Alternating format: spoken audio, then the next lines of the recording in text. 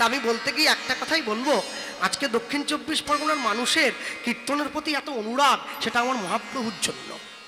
আমি সব হরিবাসরে গিয়ে কথাটা বলি, আমার মহাপ্রভুর জন্য এত অনুরাগ আপনাদের। কেন জানে? আর মহাপ্রভু কিন্তু 24 পরগনা এসেছিলেন দিনে।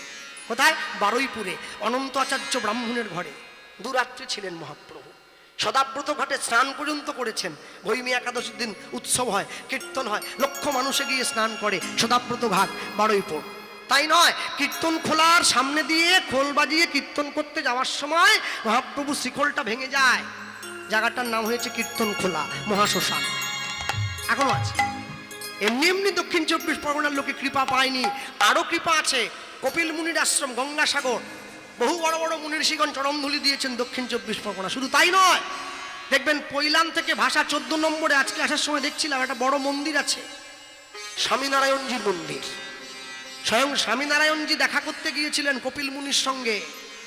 দেখা করে ফিরে যাওয়ার সময় ওই স্থানে গাছের তলায় বসে সমাধিস্থ হয়েছেন, দেহটা প্রাপ্ত করেছেন। ওই জায়গায় মন্দিরটা তৈরি হয়েছে, স্বামীনারায়ণ মন্দির।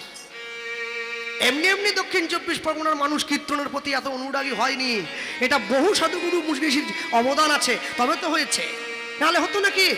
মনে রাখবেন, যদি পূর্বপুরুষগণ ভালো কর্ম করে যায়, বর্তমান সমাজ তার সুখ ভোগ করে। দেখেন না, অনেকে বলে যক্ষের ধন পেয়েছে। যক্ষের ধন কি? পূর্বপুরুষের জমানো টাকা, লোহার সিন্ধুকে ভরে নাম বলে উৎসর্গ করে সেই টাকা পুকুরে ডুবিয়ে দিত। সেই নামের কোনো ব্যক্তি ওই সংসারে জন্মগ্রহণ করলে সে ওই সিন্ধুকটা পাবে, এটা আমরা শুনেছি দাদু ঠাকুমার মুখে প্রচলিত কথা। তাহলে পূর্বপুরুষগণ ধন সম্পত্তি জমা করেছিল বলে আমরা বড় লোক হয়েছি, নাহলে হতাম কোথা থেকে? পূর্বপুরুষগণ ভক্তি সঞ্চয় করেছিল বলে তবে আপনারা ভক্তিটা ভাঙিয়ে খাচ্ছেন। দয়া করে একে নষ্ট হতে দেবেন না, এ নষ্ট হতে দেবেন না। হ্যাঁ, ধরে রাখতে শিখুন, হরিনামটাকে আরো বড় করবেন, অনুষ্ঠানটা বড় করবেন, মানুষের দরজায় মানুষের কাছে যাবেন। মনে রাখবেন, মানুষের ঘরে মানুষের বেশে ভগবান গিয়ে দাঁড়িয়েছেন। যেটা বলার জন্যে সেটা তিনি বলে তারপরে শান্ত হয়েছেন। কে নিল না কে নিল তার ব্যক্তিগত ব্যাপার। আমি বলতে গিয়ে সবার আগে বলবো, হরিসভায় দাঁড়িয়ে আমরা যে মানুষটাকে দেখছি শ্রীকৃষ্ণ চৈতন্য মহাপ্রভু বলে, এই মহাপ্রভুর ডান দিকে নীল কাপড় পরে একটা লোক দাঁড়িয়ে আছে, দেখুন। তাকে নিতাই চাঁদ বলে বলা হয়।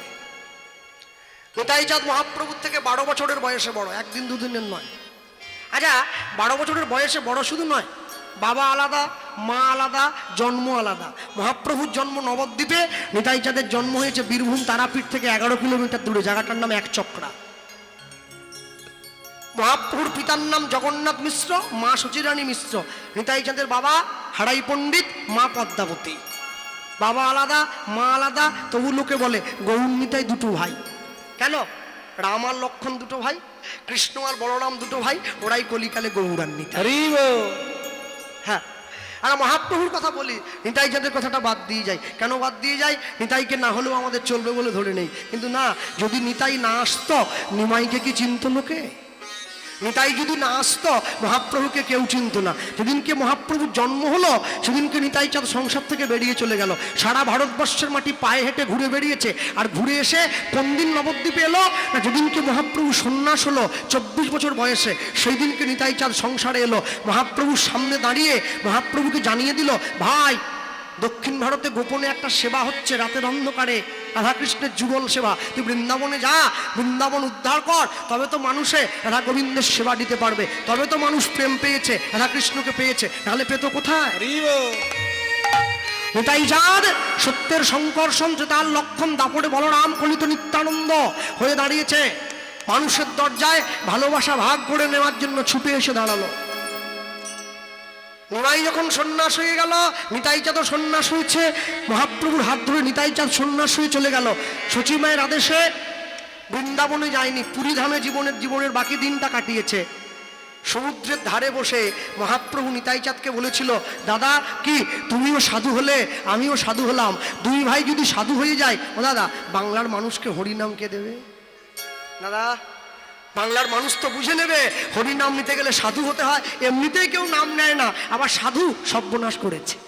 নিতাই চাঁদ বলে, তাহলে কি করতে বলছিস ভাই? শোনো দাদা, আমি বলছিলাম কি, তুমি বাংলায় একবার ফিরে যাও, বাংলার মানুষকে হরিনাম দাও। নিতাই চাঁদ যেই উঠে চলে যেতে যাচ্ছে, মহাপ্রভু ডাক দিল, দাদা দাঁড়াও।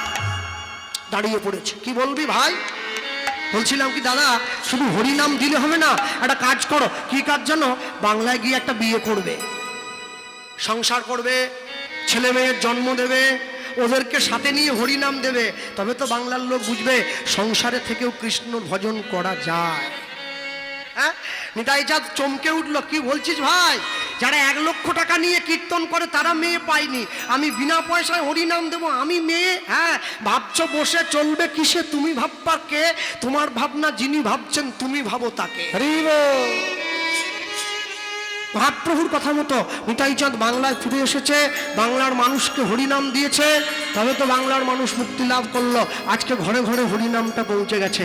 হরিবাসরের সমাপ্তি দিবসে দাঁড়িয়ে সন্ধ্যাকালীন কীর্তন অনুষ্ঠানে আলোচ্য লীলা মাধুর্য গীতব্য আস্বাদিত শ্রীপাদ নিত্যানন্দের সংসার।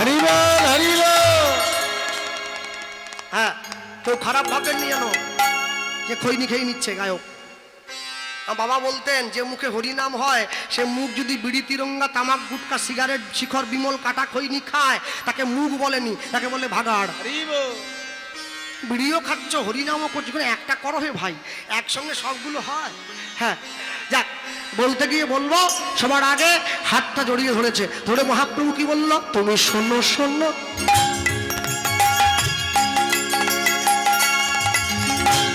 শোনো শোনো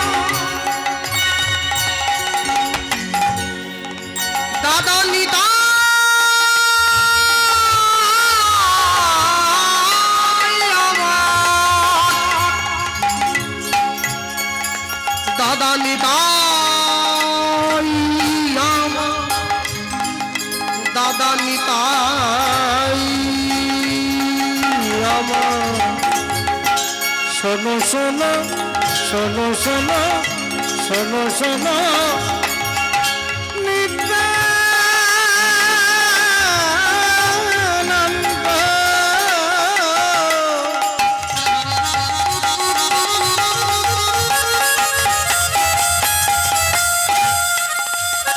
এই কলির জীব, এই কলির জীব সব জন্ম অন্ধ। শোনো শোনো নিত্যানন্দ।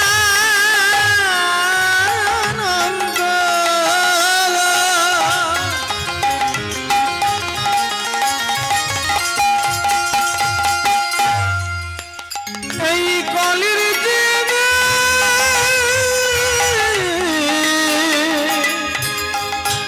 সব জন্ম দাদা বলিলেও মুখে বলিলেও কেউ না লয় কৃষ্ণ নাম। দাদা মুখে বলিলেও কেউ না লয় কৃষ্ণ নাম। দাদা বলিলেও না লয় কৃষ্ণ নাম। দাদা বলিলেও না লয় কৃষ্ণ নাম। দাদা মধুর কৃষ্ণ নাম কেউ নিল না। দাদা মধুর কৃষ্ণ নাম কেউ নিল না। দাদা মধুর কৃষ্ণ নাম কেউ নিল না। দাদা মধুর কৃষ্ণ নাম কেউ নিল না। সবাই বিষয় রসে মেতে রইল। মধুর কৃষ্ণ নাম কেউ নিল না। শুধু মিছে মায়ায় বদ্ধ হয়ে রইল। কৃষ্ণ নাম কেউ নিল না। দাদা শোনো শোনো আমার মনের কথা। কৃষ্ণ নাম